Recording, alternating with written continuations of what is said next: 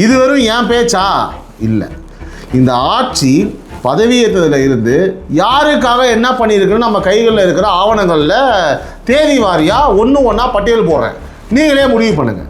ஆதாரம் ஒன்றுங்க. முதல் கையெழுத்து. ஒரு முதல்வர் அவரே பார்த்தீங்கன்னா இந்த மாற்றத்தை பற்றி என்ன சொல்ல தெரியுமா? அருண் தொடர்ந்தா டிவிஎஸ்சிக்கு பாரதூரமான சேதம் வந்திருக்கும். இந்த மாற்றம் விஜயோட உறுதியான முடிவு.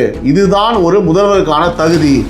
அரசை விமர்சிக்கிற ஆளே இப்படி சொல்கிறாருன்னா அந்த முடிவோட எடையை யோசிச்சு பாருங்க. இன்னைக்கு ஒரே ஒரு விஷயம்தான் பேச போகிற உறவுகளே. தமிழ்நாட்டில் நிறைய பேர் முதல்வர் விஜயை இன்னும் குறைச்சி தான் எடை போடுறாங்க. இளைஞர்கள் கூட்டம், சினிமா கூட்டம், ஐப் மட்டும்தான். இன்னைக்கு நான் 2 உறுதியான ஒரு ஆதாரத்தை இந்த இடத்துல வைக்க போகிறேன். அதை நான் உடைக்க போகிறேன்னு வச்சுக்கோங்களேன். ஸோ இன்னும் பார்த்தீங்கன்னா இளைஞர்கள் தான் இதுவரை கூட ரீல்ஸு தான் ஐப்பு தான் அப்படின்னு பேசிகிட்டு இருக்கவங்களுக்கு இது கண்டிப்பாக உதவும்னு நினைக்கிறேன். முதல் ஆதாரம் உங்கள் வீட்டிலே இருக்குது. 2வது ஆதாரம் ஒரு ஐபிஎஸ் அதிகாரியோட இடமாற்றம் உத்தரவில் இருக்குது. கடைசி வரைக்கும் பாருங்கள். இது உங்கள் பார்வையே கண்டிப்பாக மாற்றும். சரிங்களா? ஸோ என் பார்வை நல்லா தான் பாருக்குது, எனக்கு எந்த பிரச்சனையும் கிடையாது. எவனுக்கு சரியாக தெரியலையோ அவனுக்கு சொல்லுப்பான்னு என் உறவுகள் சொன்னீங்க அப்படின்னா அது அவங்களுக்கு தான். ஓகேவா? அப்போ அவங்க நீங்களும் உன்னிப்பாக கவனிங்க. ஓகேவா? ஃபுல் பிளாஸ்ட் தான் போவோமா? உறவுகளால் நான், உறவுகளுக்காக நான், உங்கள் Sibi Naveen. Times of Republic நியூஸின் அரசியல் மேடை. வீடியோவை ஃபுல்லாக பாருங்கள். ஒரு வேண்டுகோள் தான், எப்பவுமே வைக்கிறது தான். நடுவில் போகிறீங்கன்னா ஒரு வேளை பிடிக்கலன்னா ஏன் போகிறீங்கன்னு கமெண்ட்டில் சொல்லிட்டு போங்க. கண்டிப்பாக அதை நாங்கள் மாற்றிப்போம். அதே மாதிரி மறக்காமல் பெல் ஐக்கான் ப்ரெஸ் பண்ணுங்கள், சப்ஸ்கிரைப் பண்ணுங்கள். வீடியோ பிடிச்சிருந்தா ஹைப் பண்ணுங்கள். இந்த வீடியோ நிறைய பேருக்கு போய் சேரும். அப்போ தான் நம்மளுடைய உறவுகள் குடும்பம் பெருசாகும். சரிங்களா? டைம்ஸ் ஆஃப் ரிப்பப்ளிக் நியூஸும் பெரிதாகும். உறவுகள் நம்ம கிட்ட நிறைய சேருவாங்க. கரெக்டாக? ரைட். ஓகே. சரி, நம்ம இப்போ ஷோக்குள்ளே போயிடலாம். ஒரு கேள்வியிலேருந்து ஆரம்பிக்கிறேன். விஜய்க்கு யார் ஓட்டு போட்டாங்கன்னு யாரை கேட்டாலும் உடனே வர பதில் என்ன தெரியுமா? இளைஞர்கள், ரசிகர்கள், ஃபர்ஸ்ட் டைம் ஓட்டர்ஸ், காலேஜ் பசங்க. சரிதான், அது உண்மைதான். ஆனால் அது பாதி உண்மை. மீதி பாதி யார் தெரியுமா? உங்கள் வீட்டில் இருக்கிற அம்மா, அக்கா, பாட்டி, மேடையில் கூட்டமாக நின்று விசில் அடித்தது இளைஞர்கள் தான். ஆனால் பூத்தில் அமைதியாக வரிசையில் நின்று பட்டம் நடத்துனது யார் தெரியுமா? எல்லா வயசு பெண்களும் தான். தாய்மார்களோட ஓட்டு இல்லாமல் தமிழ்நாட்டில் எந்த ஆட்சியும் அமைஞ்சதே கிடையாது, அமையாது. இந்த ஆட்சியும் அப்படி தான் அமைஞ்சது. இது வெறும் ஏன் பேச்சா இல்லை. இந்த ஆட்சி பதவியேற்றதில் இருந்து யாருக்காக என்ன பண்ணியிருக்குன்னு நம்ம கைகளில் இருக்கிற ஆவணங்களில் தேதி வாரியாக ஒன்றா பட்டியல் போடுறேன். நீங்களே முடிவு பண்ணுங்கள். ஆதாரம் ஒன்றுங்க. முதல் கையெழுத்து. ஒரு முதல்வர் பதவியேற்ற முதல் நாளே எந்த ஃபைலில் கையெழுத்து போட்டார்? அவருடைய ப்ரையாரிட்டி என்னன்னு எல்லாருக்குமே தெரிஞ்சுது. முதல்வர் விஜய் பதவியேற்ற முதல் நாளே கையெழுத்திட்ட திட்டம் சிங்கப்பெண் சிறப்பு அதிரடி படை. பெண்கள் பாதுகாப்புக்காக ஒரு தனிப்படை. தலைமை ஐஜி பவானீஸ்வரி ஐபிஎஸ், ஒரு பெண் அதிகாரி. மே மாதமே எல்லா மாவட்டத்திலையும் ஒரே நாளில் லான்ச்சு. ஐடி அலுவலகங்களில், பஸ் ஸ்டாண்டு, ரயில் நிலையம்னு பெண்கள் அதிகமாக நடமாடுற இடங்களில் ரோந்து. தனி சீருடை, தனி அடையாளம். முதல் கையெழுத்தே பெண்களுக்கு. இதை விட பெரிய ஸ்டேட்மெண்ட் என்ன வேணும் சொல்லுங்கள்? இல்லை இளைஞர்களுக்கு, சின்ன குழந்தைங்களுக்கு மட்டும் 18 வயசு 19 வயசு மட்டும் கரெக்டாக அவன் செஞ்சாரா அப்படின்னு செஞ்சாரா? ஆதாரம் 2. கோவை சம்பவத்துக்கு அப்புறம் நடந்தது. மே மாதம் கோவையில் அந்த கொடூரமான சம்பவம் நடந்தப்போ முதல்வர் என்ன பண்ணார்? அறிக்கை விட்டுட்டு அமைதியாக இருக்கலாங்க. அவர் தலைமை செயலகத்தில் பெண்கள் மற்றும் குழந்தைகள் பாதுகாப்புக்காக ஒரு அவசரம் கூட்டம் நடத்தினார். தலைமை செயலாளர், அரசு தலைமை வழக்கறிஞர், மகளிர் உரிமைத்துறை, சிங்கப்பெண் படை தலைவர் எல்லாரையும் ஒரே மேஜையில் உட்கார வச்சார். அப்புறம் என்ன நடந்தது தெரியுமா? விளாத்திக்குளம் பாலியல் வன்கொடுமை கொலை வழக்கில் மார்ச் நடந்த குற்றத்துக்கு மே 25 போக்சோ நீதிமன்றம் இரட்டை மரண தண்டனை தீர்ப்பு கொடுத்துச்சுங்க. தூக்கு தண்டனை கிடைக்கும் வரை போராடுவோம்னு அமைச்சரவையில் அரசு சொல்லிச்சு. கோர்ட்டில் தீர்ப்பும் அப்படியே வந்தது. பேசினது மட்டும் இல்லை, அதாவது நடத்தியும் காட்டுச்சு. ஆதாரம் 3. இந்த திட்டத்தோட அழகே அதோட பேர் தாங்க, தாய்மாமன் தங்கம் மோதிரம். வழக்கத்தில் குழந்தை பிறந்தால் தாய்மாமன் தங்கம் போடுவார். அரசு மருத்துவமனையில் பிறக்கிற ஒவ்வொரு குழந்தைக்கும் 1 கிராம் 22 கேரட் ஹால்மார்க் தங்க மோதிரம். அரசே தாய்மாமனாக நின்று போட போகுது, அதாவது விஜய். இது வெறும் பேச்சு இல்லை. 755.53 கோடி பார்த்தீங்கன்னா ஒதுக்கீடு ஆகியிருக்கு. டெண்டரே வந்தாச்சு. ஜூன் 22க்கு அப்புறம் அரசு மருத்துவமனையில் பிறந்த குழந்தைகள் எல்லாம் இதில் வருவாங்க. செப்டம்பர் 15 அண்ணா பிறந்த நாளில் இது தொடக்கம். யார் பயனடைவாங்க? அரசு மருத்துவமனையில் பிரசவம் பார்க்குற சாதாரண ஏழை நடுத்தர குடும்பத்து தாய்மார்கள் தாங்க. ஆதாரம் 4 நேற்று நடந்தது. இனி காலை குழு நிகழ்ச்சி நான் சொல்லியிருப்பேன். அதை பற்றி 2144 மருத்துவ பணி நியமனம்ங்க. 139.47 கோடி வந்து கட்டணங்கள் அந்த மதிப்பில். அது எங்கே போகுது தெரியுமா? 1832 ஆரம்ப சுகாதார நிலையங்களுக்கு. பிஹெச்சிக்கு தினமும் யார் போகிறாங்க யோசிங்க. கர்ப்பிணி தாய்மார்கள், குழந்தைக்கு தடுப்பூசி போட வர அம்மாக்கள், வயசான அம்மா அப்பாக்கள் தான் போறாங்க. அந்த வரிசையில் நிற்கிற பெண்ணுக்கு தான் இந்த 2144 நியமனம் நேரடியாக போய் சேருதுங்க. அதே மேடையில் இன்னொரு காட்சி, எழும்பூர் தாய்சேய் மருத்துவமனையில் தன் குழந்தைக்கு கிடைச்ச சிகிச்சைக்கு நன்றியா திருமதி சத்யாங்கிற ஒரு தாய் QR கோடில் 1000 ரூபா நன்கொடை கொடுத்துருக்காங்க. ஒரு தாய் அரசு மருத்துவமனை மேலே எவ்வளோ நம்பிக்கை வச்சா அதுதான் உண்மையான ஒப்பீனியன் போலுங்க. அதான் நடந்திருக்கு. அதோட முதல்வர் வந்து பதவியேற்ற புதுசில் முதல் திடீர் ஆய்வு எங்கெங்கே போனார்? எழும்பூர் தாய்சேய் மருத்துவமனைக்கு தாங்க போனார். அது ஏங்க போனார்?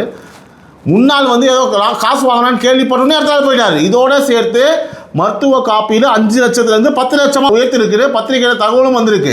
ஆதாரம் 5 வீட்டுக்குள்ளே வர திட்டங்களுங்க. மாநிலம் முழுக்க 73,000 பேருக்கு குடும்ப அட்டை திட்டம் தொடங்கியிருக்கு.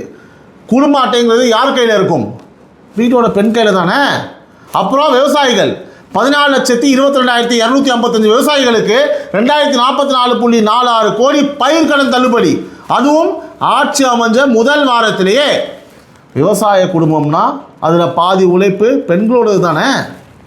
இப்போது இந்த பட்டியலை மொத்தமாக பாருங்கள்.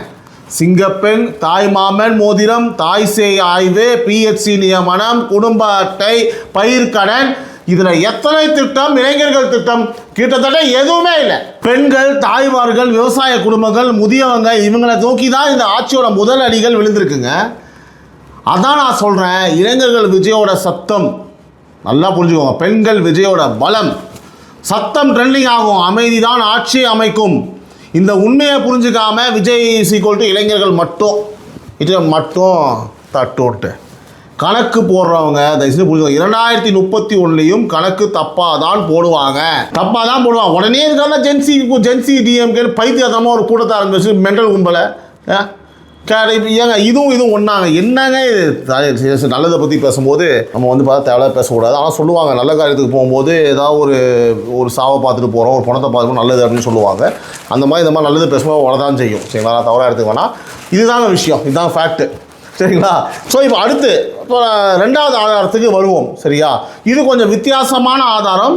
ஒரு IPS அதிகாரியோட இடமாற்றம். ஸோ அருண் IPS இவர் யார்? இவர் முன்னாள் சென்னை காவல் ஆணையர். இவரோட கதையில் 3 அத்தியாயம் இருக்குங்க. என்ன அத்தியாயம் ஏதோ பேசிகிட்டு இருக்க அப்படின்றீங்களா? ஏதோ விக்ரம் வேதா படம் மாதிரி. அப்படி தான், அதோட பயங்கரமான கதை இது. சரியா? சொல்கிறேன். அத்தியாயம் 1 தேர்தல் காலம்.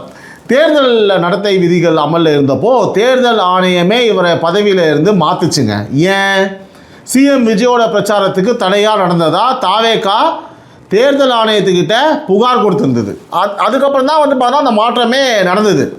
அத்தியாயம் 2 மே 25, 2026 ஆட்சி மாறுற தருணத்தில் அப்போதைய திமுக அரசு இதே அதிகாரியை எங்கே வச்சுச்சு தெரியுமா?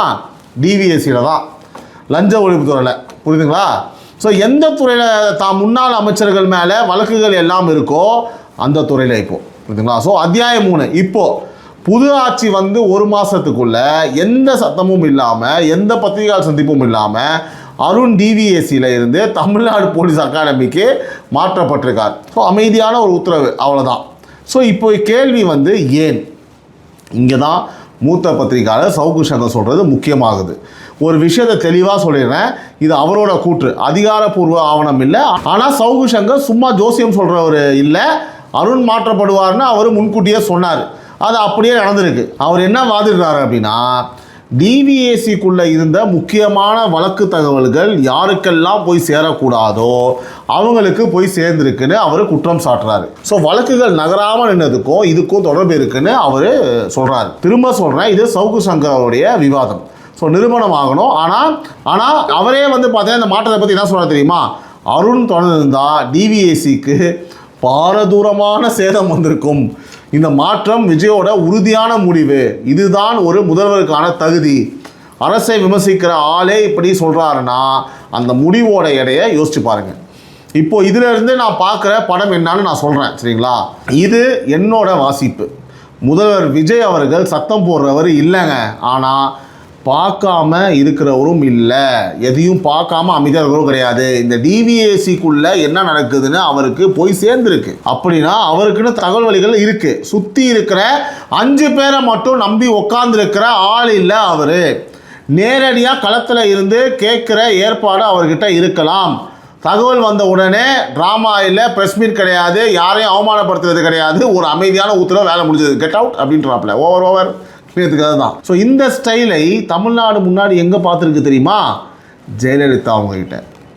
எல்லாரோட பேச்சையும் கேட்பாங்க, ஆனால் முடிவு அவங்களோட மட்டும்தான் இருக்கும். அவங்களோட மட்டும்தான். எப்போ எதை எப்படி பண்ணணும்னு அவங்களுக்கு தெரிஞ்சிருக்கும். இப்போது அதே அமைதியான உறுதியை நான் இங்கே பார்க்குறேன். அதனால தான் இன்றைக்கி தலைப்பே வந்து பார்த்தீங்கன்னா, யாரும் விஜயை குறைச்சி எடை போடாதீங்க, சினிமாக்காரரு, நிர்வாகம் தெரியாதுன்னு சொன்னவங்களுக்கு முதல் கையெழுத்தில் இருந்து இந்த இடமாற்றம் உத்தரவு வரைக்கும் ஒவ்வொன்றும் ஒரு பதில், எல்லாத்தையும் ப்ரூஃபாக முன்னாடி வச்சுருக்கேன். சும்மா இங்கே உருட்டிலாம் நான் போல, சரிங்களா? ஸோ உறவுகளே, உங்களுக்கு ஏதாவது கருத்து இருந்ததுன்னா தயவு செஞ்சு கமெண்டில் மறக்காமல் போடுங்க. இன்றைக்கி 2 ஆதாரங்களையும் உங்கள் முன்னாடி நான் வச்சேன். முதல் ஆதாரம், பூத் வரிசையில் அமைதியாக நின்ன தாய்மார்கள், அவங்களுக்காக முதல் கையெழுத்தில் இருந்து நேர்த்திய 2144 நியமனம் வரைக்கும் அடுத்தடுத்து வந்த திட்டங்கள். 2வது ஆதாரம் என்ன? சத்தமே இல்லாமல் வந்த ஒரு இடமாற்ற உத்தரவு. ஸோ 2க்கும் பொதுவான ஒரே வார்த்தை அமைதி. அமைதியான வாக்காளர், அமைதியான நிர்வாகி, சத்தம் போடுறவங்க அன்னைக்கே செய்தியில் இருப்பாங்க. ஓகேவா? எவன் சத்தம் போட்டாலும் செய்தி தான், நியூஸு இடம் மாற்றம் பட்டார் அப்படின்னு வந்துடும். ஸோ அமைதியாக வேலை பார்க்குறவங்க தான் வரலாறில் இருப்பாங்க. ஸோ குவைட்டாக வேலை பார்க்கணும், புரியுதா? நாளைக்கு இந்த ஆட்சியோட ஒவ்வொரு அடியும் நல்லதுனா நல்லது, தப்புனா தப்புன்னு ஆவணத்தோடு நான் இங்கே வச்சுக்கிட்டே இருப்பேன். அதுக்கு நீங்கள் பண்ண வேண்டியது ஒன்று தான், இந்த குடும்பத்தோட கூடயே இருங்க. என் கூடவே குடும்பம் நான் ஒருத்தன் தான், குடும்பம் வேறு கூடயே இருங்க உறவுகளே. ஸோ இன்றைக்கி காலை குரல் நிகழ்ச்சியை பார்க்காதவங்க மறக்காமல் போய் பாருங்கள். நேற்றைய நிறைய விஷயங்கள் அவங்களுக்கு தெரியும், எல்லாமே 10 செக்மெண்ட் எல்லாத்தையுமே நம்ம சொல்லியிருப்போம். மீண்டும் உங்களை நாளை காலை குரல் நிகழ்ச்சியில் சந்திக்கிறேன். மறக்காமல் சப்ஸ்கிரைப் பண்ணுங்கள், பெல் ஐகான் ப்ரெஸ் பண்ணுங்கள், ஹைப் பண்ணுங்கள், ஷேர் பண்ணுங்கள். ரொம்ப ரொம்ப முக்கியம். நேற்று பயங்கரமாக ஆதரவு கொடுத்தீங்க. இந்த வீடியோவும் வந்து பிளாஸ்ட் ஆகுங்க. இந்த மாதிரி எக்ஸ்க்ளூசிவாக நறுக்குன்னு டாப்பிக்கோடு வரேன். நீங்கள் ஏதாவது டாப்பிக்காக பேசணும், நம்ம அரசியல் மேடையில் பேசணும், தயவு செஞ்சு கமெண்ட் பண்ணுங்கள், பேசிடுவோம், க்ளீனாக பேசிடுவோம். ஆனால் இதை பற்றி தெரியும், நான் இதை பற்றி பேசுங்கண்ணா, ஒரு 2 டாபிக் கொடுத்து இதை பற்றி பேசுங்கனாலும் எது நிறையா வருதோ அதை எடுத்து பேசுவோம். ஓகேவா? Right, okay. Love you all, take care, bye bye. உறவுகளால் நான், உறவுகளுக்காக நான், உங்கள் சிபி லாவில் அனைவருக்கும் இனிய மாலை வணக்கம். இது டைம்ஸ் ஆஃப் ரிப்போர்ட் நியூஸில் அரசியல் மேடை. மீண்டும் உங்களை நாளை காலை கொண்டு சந்திக்கிறேன். Until then take care, love you all, bye bye, see you.